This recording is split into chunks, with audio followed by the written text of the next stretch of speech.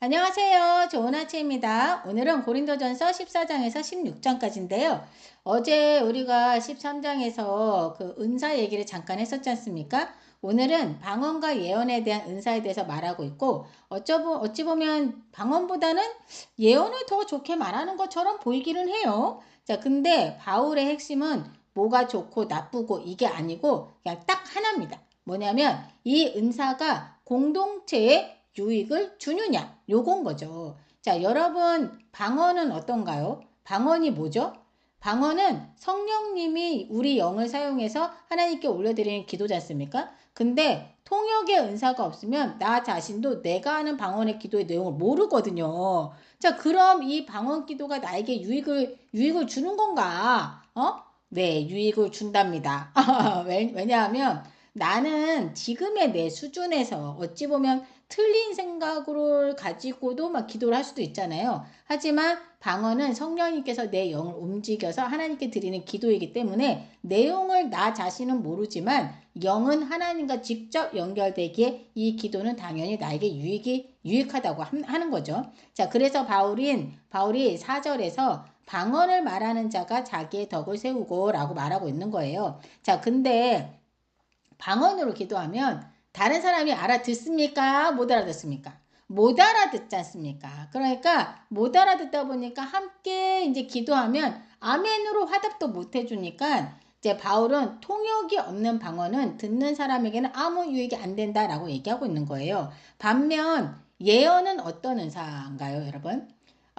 흔히 예언이라고 하면 미래에 일어날 일을 막 알려주고, 당신은 어떤 삶을 살게 될 것입니다. 막 이런 거를 해줄 것 같은 오해들을 많이 하고 있지 않습니까? 사실 저도 그랬었고, 근데 하나님께서 우리에게 주신 예언의 은사는 지금 누군가가 흔들리고 있습니까? 그러면 그 흔들리는 사람을 세워주고, 예? 쟤 때문에 무너진 마음을 일으켜주고, 또 상처받은 사람의 마음을 위로해주고, 교회 공동체를 건강하게 만드는 그런 말들. 그러니까 하나님의 마음을 현재 그 각자의 상태에 맞게 전해주는 것이 바로 예언의 은사인 거예요. 그래서 3절에서 예언하는 자는 사람에게 말하여 덕을 세우며 권면하며 위로하는 것이요 라고 말하고 있는 거죠. 자, 그럼 이거 뭔가 예언이 방언보다 훨씬 좋은 은사 같네 라고 생각하실 수 있잖아요. 근데 그렇게 생각하면 안 되고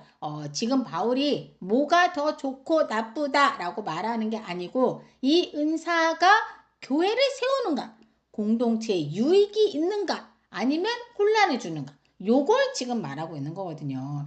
이거는 이제 여담인데요. 제가 어렸을 적에 다녔던 교회에 한 권사님이 예언의 은사가 있었던 분이 계셨어요. 소문이 사실 많이 났어요. 우리 엄마 부모님도 저희 때문에 교회를 다니긴 했는데 그분에 대한 소문을 듣고 자 성도들이 다 자기 집에 초대하려고 막 줄을 섰을 정도였다니까요. 그러니까 우리 엄마도 그분을 초대했었던 거야. 학교에서 와서 봤더니 그분이 와 계시더라고. 여러 다른 저기 집사님들하고 같이 앉아서 이제 다가를 두고 계셨거든요. 그러니까 뭐냐면 느낌이 어떠냐면 뭔가 무슨 점쟁이가 와서 앞으로 우리가 어떻게 될지 말해주길 바라는 그런 분위기, 뭐 그런 기대들로 가득 차 있었던 거죠. 예? 교회가 하나님의 말씀을 따르고 해야 하는데, 이 권사님의 말씀에 좌지우지 됐던 거예요. 지금 와서 보니까 그랬던 거예요. 이분의 말이 곧 하나님의 말인 것처럼 너무 웃기지 않습니까? 사람들이 이렇다니까요. 근데 또 만약에 우리 곁에 그런 사람이 있으면 또 어떨 것 같으세요, 여러분? 듣고 싶지 않겠습니까? 나한테 뭐라고 말을 해줄지 솔직히 궁금하잖아요. 근데 이게 잘못됐다는 거죠. 예? 바울 선생님이 뭐라고 하셨어요? 이 은사가 공동체를 세우는 역할을 해야 한다고 했잖아요. 아까 말씀하신 것처럼 그 성경에 써 있는 것처럼 좌절한 사람 있으면 그 사람의 마음을 다듬어주고 권면해주고 세워주고 위로의 말을 해주고 이런 게 예언의 은사지. 보니까 이럴 것 같네요. 이 아이는 좀 나중에 이렇게 될 것 같아. 이런 게 아니라는 거죠, 여러분. 그쵸? 이 권사님이 이 은사를 이렇게 사용하시다 보니까 우리 교회에 유익을 주지 못했어요. 어떻게 보면 좀 시끌시끌하게 했어요, 사실. 그래서 이 권사님이 우리 교회에서 쫓김을 당했다고 해야 되나? 뭐 하여튼 한동안 시끌시끌했던 그 기억이 저도 있어. 그 어렸을 때.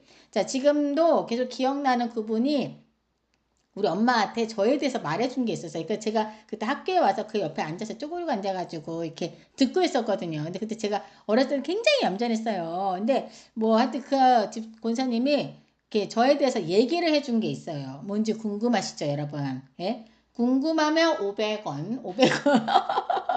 500원 주세요. 예.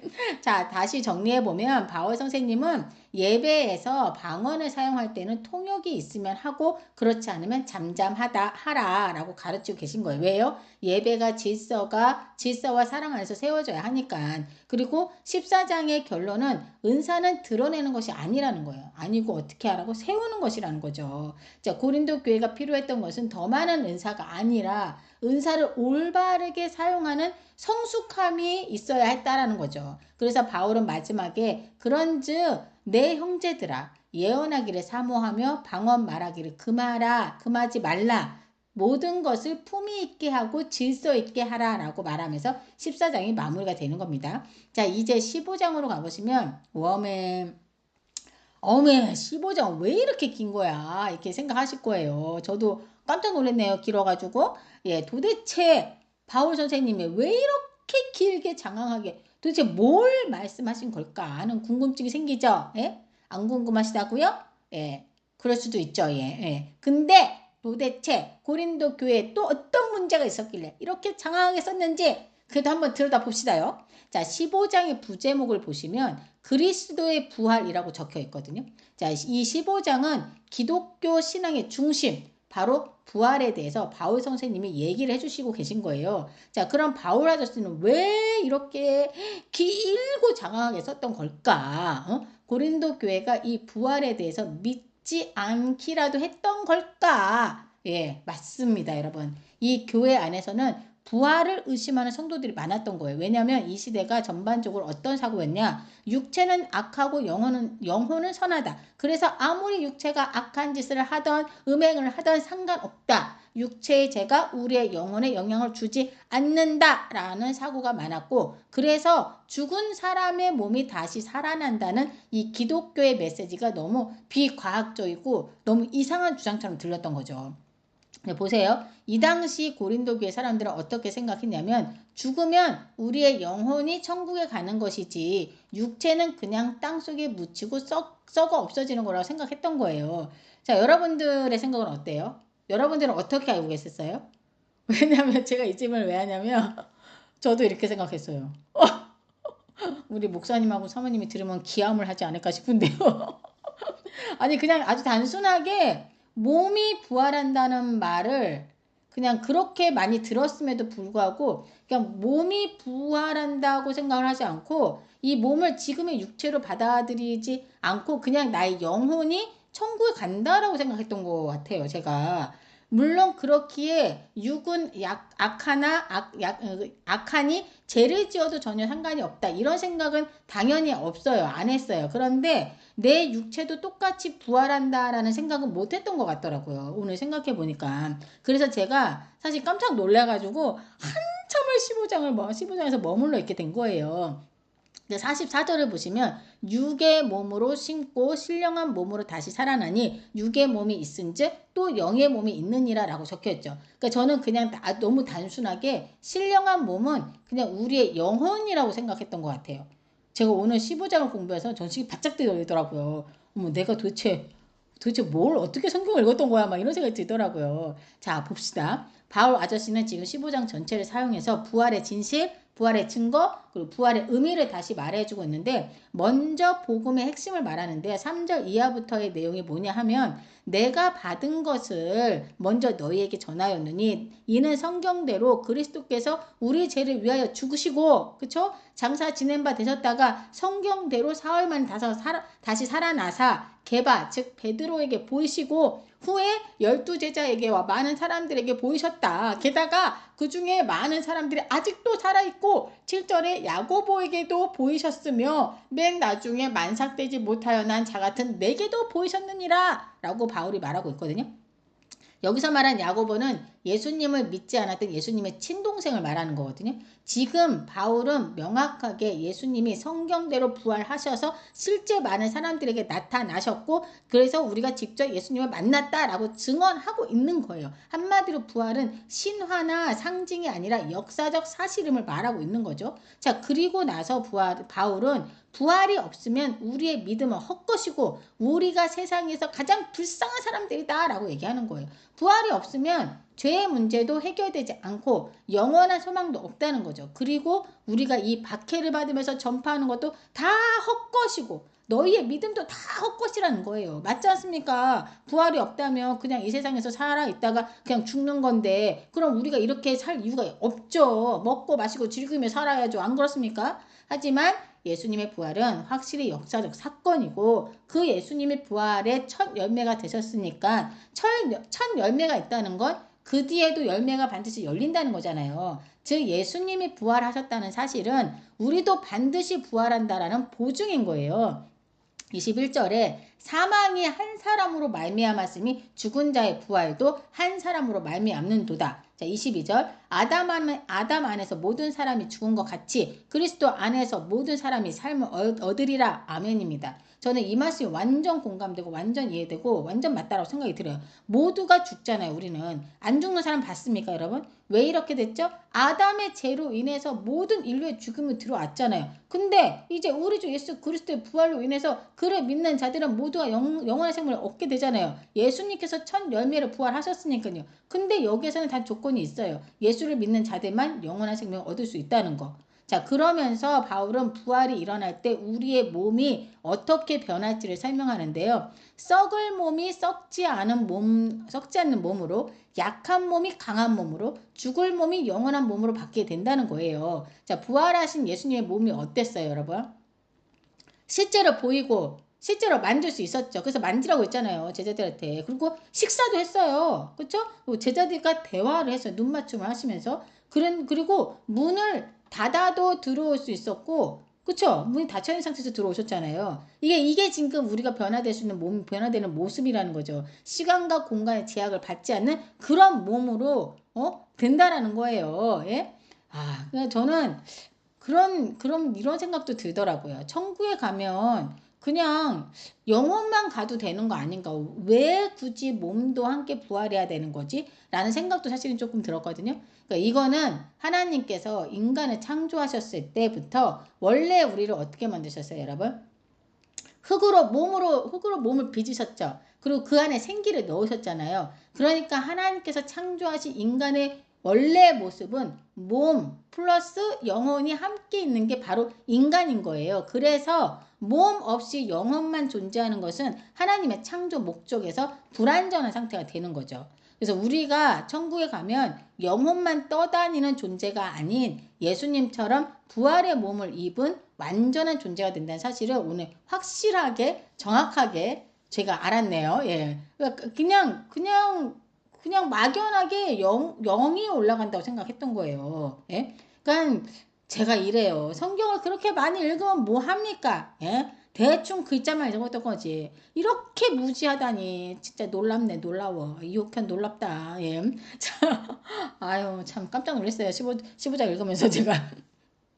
자, 51절을 보시면 바울이 비밀을 하나 말해주거든요. 아마도 이 비밀은 하나님으로부터 직접 들었거나 나중에 고린도후서 12장을 보면 바울이 실제 셋째 하늘까지 올라가는 경험을 하게 되는 장면이 나와요. 그곳에서 바울이 사람이 말할 수 없는 말, 그러니까 사람에게 허락되지 않은 것을 들었다라고 말하고 있거든요. 즉 하늘의 비밀을 들었지만 그중 어떤 것은 말하면 안 되는 내용이었고 어떤 것은 교회에 알려야 하는 내용이었던 거죠. 지금 51절의 내용은 하늘에서 들은 그 비밀스러운 내용 중 하나인 거예요. 보라 내가 너희에게 비밀을 말하노니 우리가 다 잠잘 것이 아니요 마지막 나팔에 순식간에 호련히 다 변화되리니 라고 말하고 있지 않습니까? 그러니까 그 이하에도 말을 해주고 있어요. 자, 즉 이 비밀은 바로 예수님 재림 때 죽음을 거치지 않고 살아있는 성도들이 순식간에 변화되어 부활의 몸을 입게 된다는 거예요. 이런 얘기를 바울이 혼자 깨달았겠습니까?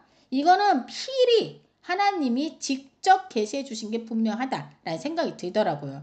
저는 바울의 믿음이 전혀 흔들리지 않잖아요. 막 매질을 당하고 돌래 쳐 맞아 죽을 뻔했어도 전혀 흔들림이 없잖아요. 그 이유가 여기에 있는 게 아닐까.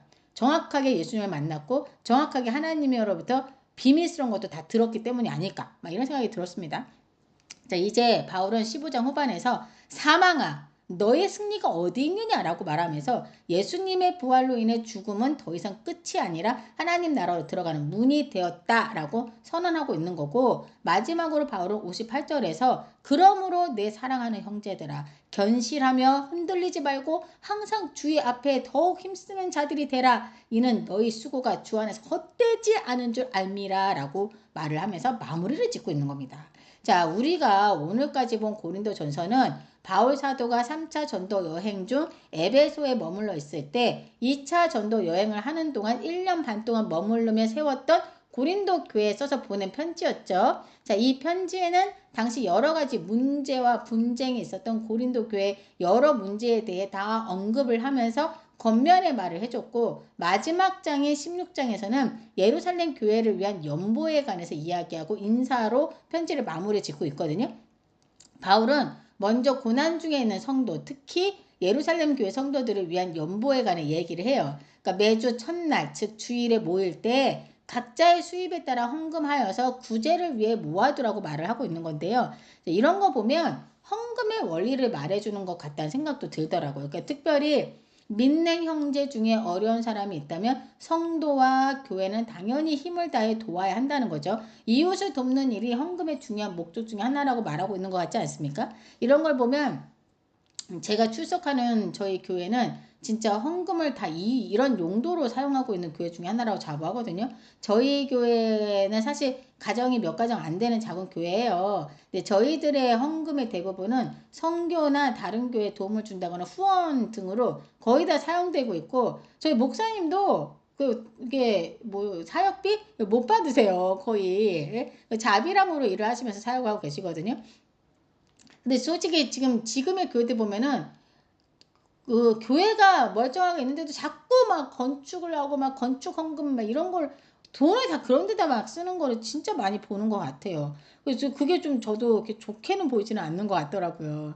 뭐 제가 틀릴 수도 있지만. 자, 3절 내용을 보시면 바울은 교회가 지정한 사람이 헌금을 가지고 예루살렘 교회에 가지고 가도록 하거든요. 바울이 직접 가지고 간 게 아니더라고요. 그러니까 아마도 혹시 모를 하도 오해가 많고 이러니까 교인들의 그 오해, 교인들이 또 오해를 할까봐 교인들이 오해를 피하기 위함이 아니었을까, 그쵸? 그런 생각이 들더라고요. 자, 그러고도 남을 것 같아. 아우, 혹은 바울을 비방하고 공격하고 했던 사람들이 있었으니까. 예? 자, 이어서 바울은 디모데에 대해서 부탁의 말을 전하고 나서 아볼로에 대한 말을 하거든요. 12절에 형제 아볼로에 대하여는, 이 아볼로가 누구예요? 아볼로파, 그쵸? 이 고린도 교회 사람들이 아볼로파를 굉장히 좋아했죠. 예. 막 아볼로가 학식이 많고 지식이 있고 똑똑하고 말도 잘하고 막 이러니까 아볼로를 굉장히 치하하고 막 높였지만, 바울은 완전히 막 하대했잖아요. 예? 네가 사도냐 뭐 이러면서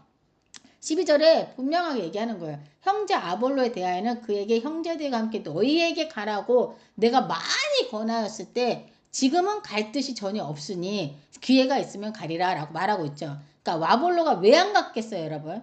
고린도 교회 사람들이 이 아볼로와 바울파를 나눠가지고 바울을 공격했으니까 아볼로가 가겠습니까? 예? 아마도 아볼로가 더 분노했을 것 같고 굉장히 당혹했을 것 같다는 생각이 들었어요. 자기는 지켜 세우고 바울은 사도도 아니다 라고 하면서 비방했기 때문에 바울 앞에서도 사실은 난처하지 않았을까라는 생각도 들더라고요.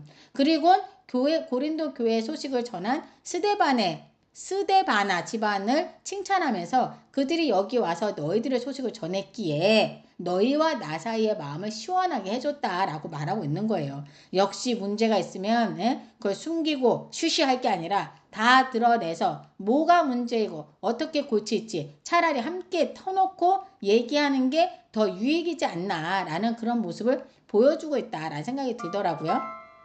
자, 이렇게 고린도전서가 마무리됐습니다, 여러분. 예, 문제가 많았던 고린도 교회처럼 우리에게도 연약함은 많지만 하나님은 우리를 절대 포기하지 않으신다는 거, 그리고 바울의 마지막 권면처럼 모든 일을 모든 일을 사랑으로 해내는 그런 성숙한 그리스도인 되길 소망합니다. 다 같이 기도하고 마칠게요. 주님, 고린도 교회를 통해 우리의 연약함과 교회를 향한 주님의 깊은 사랑을 다시 보게 하시며 감사를 드립니다. 문제가 많았던 고린도 교회를 끝까지 포기하지 않으셨던 것처럼 우리의 부족함 속에서도 늘 붙들어 주시고 세워주시는 주님을 찬양합니다. 오늘도 부활의 소망을 붙들고 주의 나라를 기대하며 살아가게 하시고 주님 안에서 하나됨과 거룩함을 이루게 하여 주옵소서. 이 모든 말씀 우리 주 예수 그리스도 이름으로 기도드립니다. 아멘.